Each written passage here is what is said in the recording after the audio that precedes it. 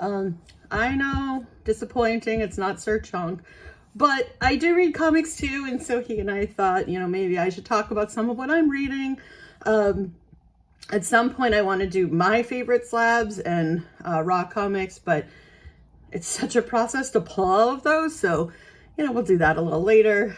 So right now I just want to talk about some things I'm currently reading. Some I'm definitely behind schedule on, have already wrapped up. Some have just started, so I don't really have a lot to say, but I just, kind of give a sense. So if you happen to know of any series that might be up my alley, always looking for good recommendations. So this is the kind of stuff I generally read when it comes to comics. So the first one are the Archie sort of horror, the dark version of Archie. I know the newer one's going to be the Cult of the Wilkin Boy, but this is Pop's Chocolate Shop of Horrors. I love Archie. I grew up reading Archie, and so Archie comics to me are like this huge part of my childhood. They're nostalgic for me. But I did really like the sort of remastering of Archie in the more recent years. And then I'm not a huge fan of Riverdale. Think that's a little too far from sort of Archie as I know it. But I did like the reboot, and I like some of the one-shots. And so this is just kind of a fun sort of version of Archie. So I've been reading these, and they're fairly entertaining. Okay, coming up second is The Neighbors, which is a new Boom series. I actually haven't gotten a chance to read this yet, but I think it's supposed to be horror, or at least some kind of thriller. Boom has had a great couple of years, and I've really enjoyed a lot of what Boom has been publishing, so I'm definitely excited for this. I've already seen, I have number 2 as well, and the covers are great. It definitely looks up my alley, and I'm just really far behind on comics, so I do have to find time to catch up, but this definitely seems like something I'm going to enjoy. Okay, so I'm pretty sure Nice House on the Lake is actually done at this point, and I have yet to read even the first one. I just keep hearing how amazing it is. It's definitely my kind of thing. I really enjoy Something is Killing the Children. I'm loving Department of Truth, which I'll get to in a little bit. So I think this is going to be right up my alley. I've kind of waited to have all of them. I think sometimes, especially with these more complex stories, I like to have a handful of them at a time so that I can kind of read several in a row rather than just trying to deal with whatever the plot and the complications are one at a time and then wait a month or two. We also have our comics. We kind of only get them monthly. So with that, that drags it out a lot. So I try to sort of build up a collection, but I'm definitely way past building, and it's now time for me to start reading this. So this series I'm really excited about reading. All right, so Maneater's The Curse, I believe, is a sequel series to Maneaters. And I know, there are a lot of people who don't like her, but I love Chelsea Kane. I think she's hilarious. She definitely she doesn't mess around with her, feminist commentary. So if that makes you upset or you don't like it, it's not for you. But Maneaters was hilarious, and I loved it. And so when they set up a short sequel series, I was excited for that too. I have read a couple of these, but I still haven't finished this yet either. So we're getting there. But this Maneaters was just one of my favorite series in the last few years. Okay, Nightwing. Nightwing is surprisingly good. And this is not, I have a hard time with a lot of the sort of, I don't want to say, I guess legacy series, as in, this is number 98, but it's really whatever, who knows? Although Nightwing hasn't had as long of a run as, the Avengers or Spider-Man or anything like that. But one of the things that's hard for me is with a lot of those series, there's a certain, even when they restart it and every so often they have a number 1, or if it's Marvel, it's every 2 weeks they have a new number 1. That still doesn't change the fact that I don't have a lot of the background, for some of these stories. And so sometimes I feel like they really do start it as a whole new arc and a whole new concept and a new story. You don't really need a lot of background, and sometimes you do. And so what I really liked about this Nightwing run when it started, forever ago, is that it didn't feel like I needed a lot of background. The little bit of background I did need, I kind of already had, or, was able to ask my husband, who's, read Batman and for years, and, so we could kind of talk about it. But Nightwing is just, it's very fun. There is a little bit, I feel like some of it is getting a little too much into like the relationship stuff, and I'm kind of not interested in that. But, you know, I think overall, it's really fun. Definitely has a lot of like the Batman feel that I want, except Nightwing's a little more messed up, which is kind of fun. A little more contemporary, I guess. And also you have Bitewing, and he's awesome. Okay, so to be fair, I've actually finished this series.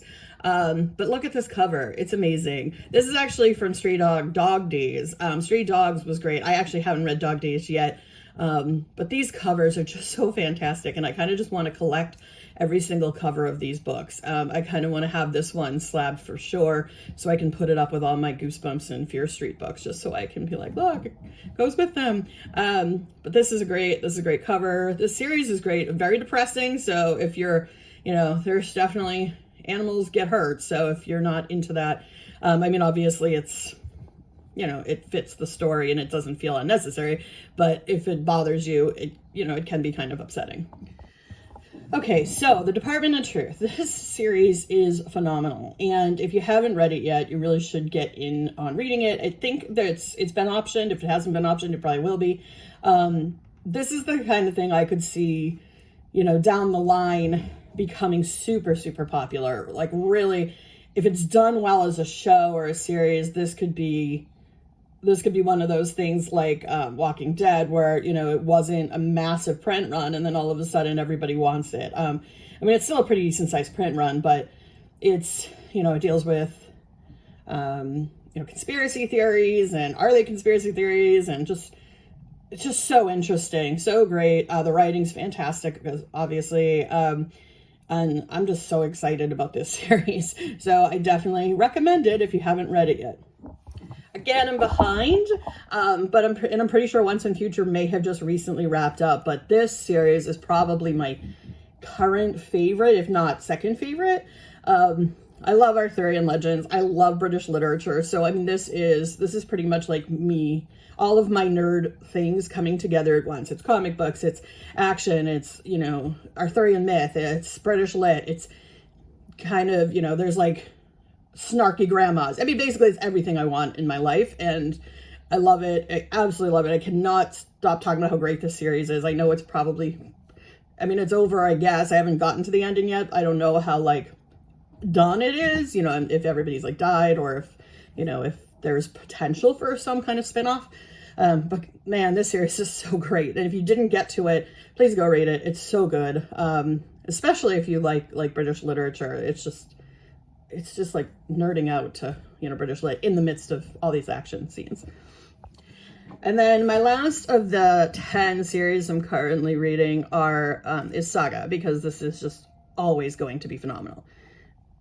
It's always going to be my favorite. I can't find anything wrong with this series. Character development, storytelling, the art.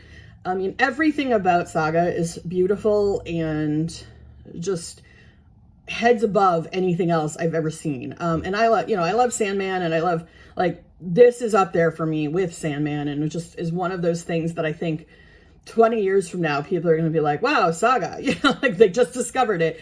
It's so good. And I think everyone who reads it realizes just how phenomenal it is. Like I said, the art's amazing, the storytelling's amazing, everything comes together really well. Every character is interesting and well developed.